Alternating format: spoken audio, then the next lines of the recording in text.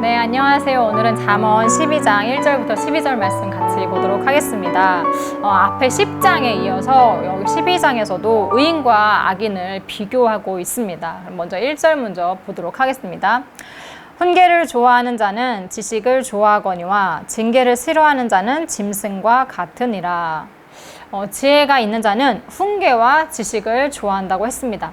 지혜자는 계속해서 배우기를 원합니다. 자신의 부족함을 알기 때문에 더욱더 지혜의 길을 따르기 위해서 노력을 합니다. 지혜는 단번에 얻어지는 것이 아니기 때문에 지혜를 얻었다 하더라도 지속적인 노력이 필요합니다.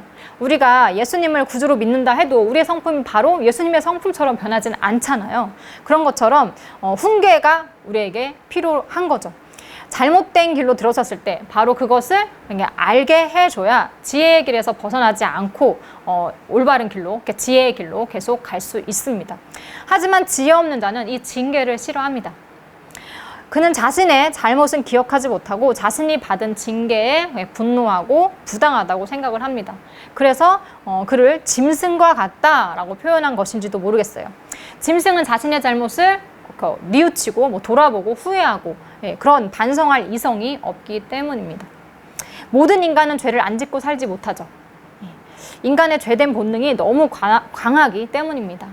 그렇기 때문에 중요한 것은 빠른 반성과 회개입니다. 그것을 도와주는 것이 바로 이 훈계이고 지식이죠. 그렇기 때문에 지혜 있는 자는 훈계와 가르침을 좋아하는 것입니다. 교회에 나와서 우리는 이러한 교육을 받죠.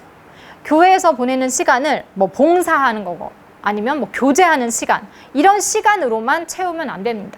자신의 죄를 발견하고 회개하는 시간이 필요합니다. 물론 매일의 개인의 묵상 가운데 이런 일들을 한다면 좋겠지만 대부분의 성도님들이 이렇게 바쁘신 와중에 있기 때문에 그런 걸 잘 못하시잖아요.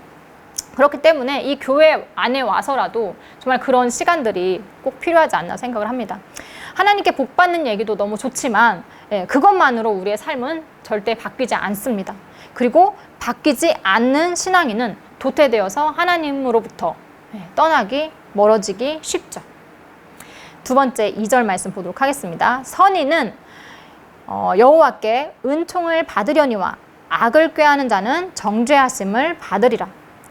훈계와 지식을 좋아해서 자신을 열심히 갈고 닦은 이 선인은, 그러니까 착한 지혜자겠죠. 이 지혜자는, 의인은 하나님께 은총, 그러니까 하나님의 은혜를 받게 됩니다.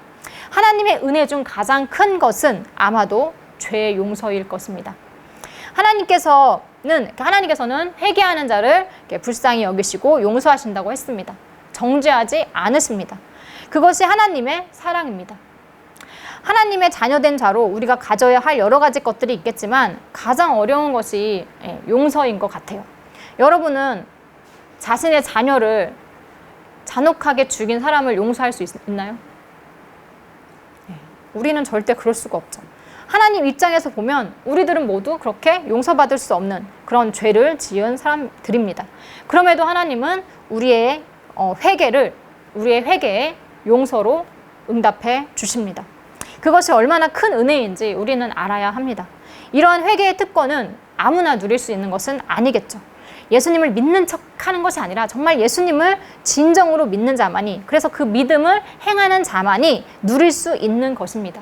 그렇기 때문에 악을 꾀하는 악한 자는 정죄하심을 받는다고 했습니다. 그들이 지은 죄에 대한 합당한 대가를 치룰 것입니다. 3절 말씀 보도록 하겠습니다. 사람이 악으로서 굳게 서지 못하거니와 의인의 뿌리는 움직이지 아니하느니라. 의인의 뿌리는 움직이지 않는다고 했습니다. 뿌리 깊은 나무가 비바람이 와도 흔들리지 않고 태풍이 와도 쓰러지지 않죠. 그것처럼 의인은 주변에 어떤 상황이 와도 어떤 환경의 변화에도 굳건하게 버티고 쓰러지지 않는다는 것입니다. 그 무엇도 의인을 넘어뜨릴 수 없다는 것이죠. 물론 사람은 환경의 지배를 받습니다. 저도 그렇고 여러분도 그렇겠죠. 어려운 가운데 하나님의 뜻대로 살 수 있는 사람은 실제로 많지 않을 것입니다. 하지만 의인은 그럼에도 불구하고 굳건히 넘어지지 않는다고 했습니다. 이를 보면 어떻게 우리가 그 의의 길을 가야 하는 그 길이 너무너무 먼 것처럼 보여요. 우리는 도저히 도달할 수 없는 그런 곳처럼 보입니다. 그래도 포기하지 말고 이 의의 길을 걸어가야 한다는 것이죠. 왜냐하면 그 의의 길에 생명이 있기 때문입니다. 지혜는 우리에게 살 길을 알려주고 있습니다. 설사 넘어지더라도 다시 일어날 수 있도록 해줍니다. 반면에 악으로는 굳게 서지 못한다고 했습니다. 악은 환경에 쉽게 지배를 받습니다. 작은 고난에도 넘어지고 말죠. 그리고 그를 일으킬 하나님의 은혜도 없습니다. 4절 말씀 보도록 하겠습니다. 어진 여인은 그 지아비의 면류관이나 욕을 끼치는 여인은 그 지아비의 뼈가 썩음 같게 하느니라. 여기서 어진 여인과 욕을 끼치는 여인은 지혜와 어리석음 또는 의와 악이라고 생각을 해볼 수 있습니다. 지혜는 지혜를 소유한 자의 면류관이라고 했어요. 면류관은 승리자에게 주어지는 것입니다. 지혜는 우리가 승리의 삶을 살 수 있도록 도와줍니다. 환경에 지지 않을 수 있도록, 상황에 주저앉지 않을 수 있도록 우리의 길을 인도합니다. 반면 이 악은 그 가진 자의 뼈가 썩음 같게 한다고 했습니다. 여러분, 뼈가 썩으면 어떻게 될까요? 뼈가 조금씩 썩어 들어가면 처음엔 모릅니다. 그죠? 겉으로 드러나지 않기 때문에 눈으로 보이지도 않고 증상도 별로 없기 때문에 문제가 안 된다고 생각을 할 수 있습니다. 그러나 그 뼈가 계속해서 썩게 된다면 뼈가 지탱하던 몸은 결국에는 쓰러지고 말 것입니다. 3절의 말씀과 연결해서 생각해 볼 수 있는 말씀이죠. 자, 5절 말씀 보도록 하겠습니다. 의인의 생각은 정직하여도 악인의 도모는 속임이니라. 의인과 악인은 생각부터가 다릅니다. 의인은 정직해요. 반면 악인은 속이고자 계획합니다.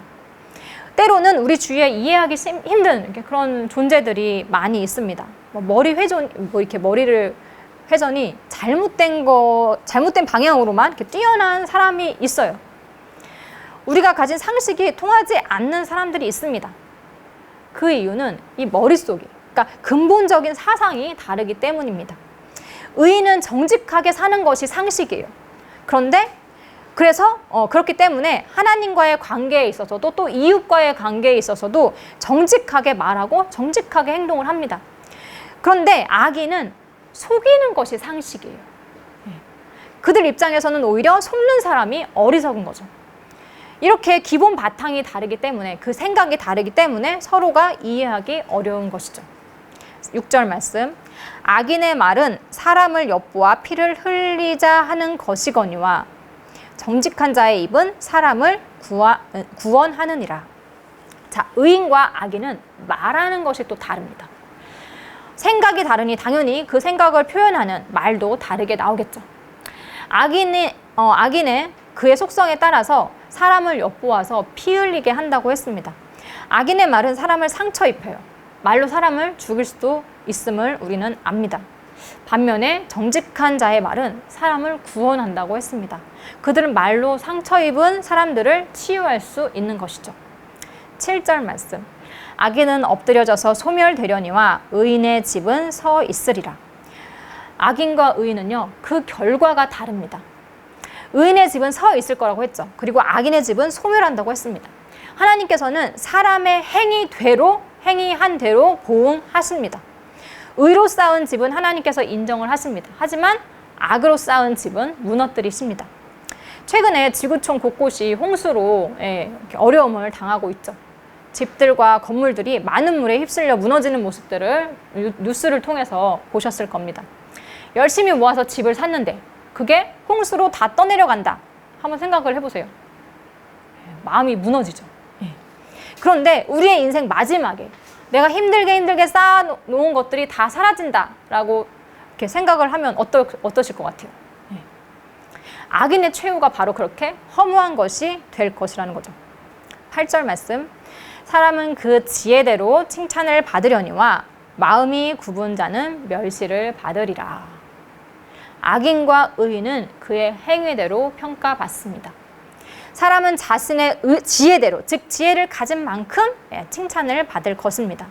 마태복음 25장 달란트 비유에서 잘하였도다 착하고 충성된 종아라고 칭찬받은 그 충성된 종들처럼 말입니다. 이들의 수고는 지혜의 길, 의의 길을 걷기 위해서 한 노력들은 하나님의 칭찬으로 돌아옵니다.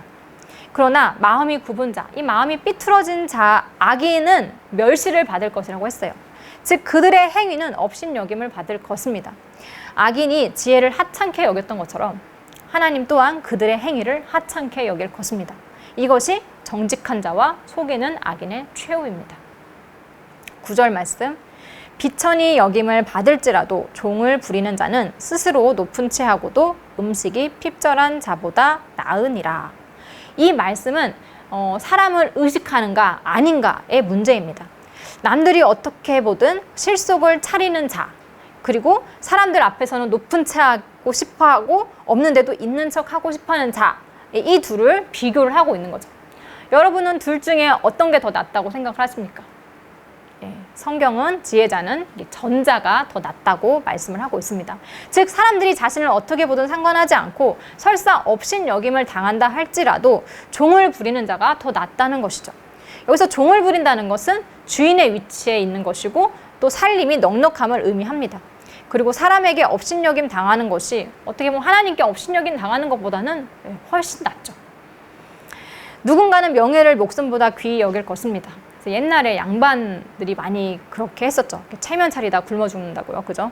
그래서 속담에 양반은 얼어 죽어도 집불은 안 쐰다라는 말이 있습니다. 체면, 자신의 위신을 너무나 중요시하는 사람들을 두고 하는 말입니다. 그러나 먹고 사는 문제 앞에서는 그런 것이 전혀 중요하지 않죠. 그리고 하나님 앞에서도 그런 것들은 더더욱 중요하지 않습니다. 그래서 지혜자는 먹을 음식이 없으면서도 스스로 높은 채 하는 자, 즉 허세 부리는 자를 좀 부정적으로 말을 하고 있는 거죠. 허세 부리는 것도 어떻게 보면 남을 속이는 것입니다. 사기꾼들이 많이 하는 것이 바로 이거잖아요. 아무것도 없으면서도 뭔가 있는 것처럼 말해서 사람들을 꼬드기죠. 그죠? 10절 말씀, 의인은 자기의 가축의 생명을 돌보나 악인의 긍휼은 잔인이니라. 자, 의인과 악인은 가축을 대하는 태도도 다릅니다. 의인은 자신의 가축의 생명을 돌본다고 했어요. 즉 의인은 동물까지도 불쌍히 여길 줄 아는 그런 마음을 가지고 있다는 것이죠. 반면 악인은 긍휼을 베푼다고 해도 잔인할 뿐이라고 합니다. 요새 애완동물 정말 많이 키우죠. 그런데 동물을 키운다고 전부 다 동물을 아끼는 사람들일까요? 저는 그렇지 않다고 봐요. 어떤 이들은 동물을 키우면서도 그 동물들을 학대합니다. 그리고 필요가 없으면 쉽게 버리죠. 휴가철마다 버려지는 동물들이 많다고 들었습니다. 버린다는 것은 그 동물이 죽든 말든 상관하지 않겠다는 의미잖아요. 즉 그 생명을 소중하게 생각하지 않는 것입니다. 악인은 제대로 긍휼이 여길 줄 모릅니다. 그 방법을 몰라요. 그래서 그들의 긍휼은 잔인하기만 할 뿐이죠. 11절, 12절 말씀 보도록 하겠습니다. 자기의 토지를 경작하는 자는 먹을 것이 많거니와 방탕한 것을 따르는 자는 지혜가 없느니라. 악인은 불의의 이익을 탐하나 의인은 그 뿌리로 말미암아 결실하느니라. 의인은 성실하게 자신의 토지를 경작함으로 먹을 것이 풍부하다고 했습니다. 그는 지혜롭게 하루하루 자신의 소득을 위해서 땀을 흘리고 노력하고 결국은 정당한 대가를 얻게 됩니다. 하지만 악인은 불의의 이익을 탐한다고 했습니다. 즉 그는 자신의 노력이 아닌 타인의 것을 빼앗거나 아니면 거짓으로 사람들을 속여서 이익을 얻고자 합니다. 이러한 방탕한 것을 따르는 자는 지혜가 없는 것입니다. 오늘 말씀을 좀 정리해 보자면 의인은 지혜를 가지고 정직하게 살지만 악인은 악을 꾀하며 거짓으로 세상을 살아갑니다. 남을 속이고 빼앗는 자들이 어떻게 보면 더 쉽게 소득을 버는 것처럼 보이고 또 더 잘 사는 것처럼 보이지만 실은 지금도 어떻게 보면 정말 그런 시대일지도 모르겠지만 잠언은 이 악인들의 결국이 넘어지고 썩어 소멸될 것임을 말씀하고 있습니다. 그리고 정직한 자들에게는 하나님께서 주실 보상에 대해서 말을 하고 있죠. 우리의 삶이 이 세상에서의 삶으로 끝이 아님을 우리는 알아야 합니다. 의의 길, 지혜의 길을 열심히 나아가서 하나님의 은총을 누리는 우리 모두가 되기를 소망합니다. 오늘 말씀 마치도록 하겠습니다.